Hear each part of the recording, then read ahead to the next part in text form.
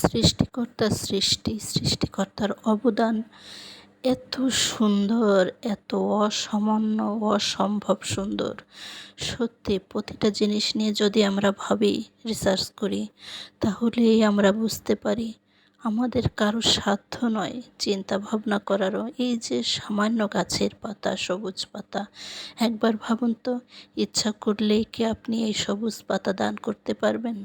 প্রতিটা বছর সৃষ্টির নিয়মে কীভাবে পাতাগুলো ঝরে যায় ঠিক নির্দিষ্ট একটা সময়ে, আবার সুন্দর মতো সৃষ্টি হয় সবুজ পাতায়, পুরো শাখায় শাখায় পল্লবিত। কি অসামান্য, অসম্ভব সুন্দর, তাই না? এই একটা জিনিস যদি আমরা ভাবি যে এটা আমরা ইচ্ছা করলেও পারবো না, তাহলে আমরা কখনোই সৃষ্টির থেকে, সৃষ্টির মর্যাদা থেকে, সৃষ্টির রহস্য থেকে আমরা কখনোই অসম্মান করতে পারবো না, দূরে থাকতে পারবো না।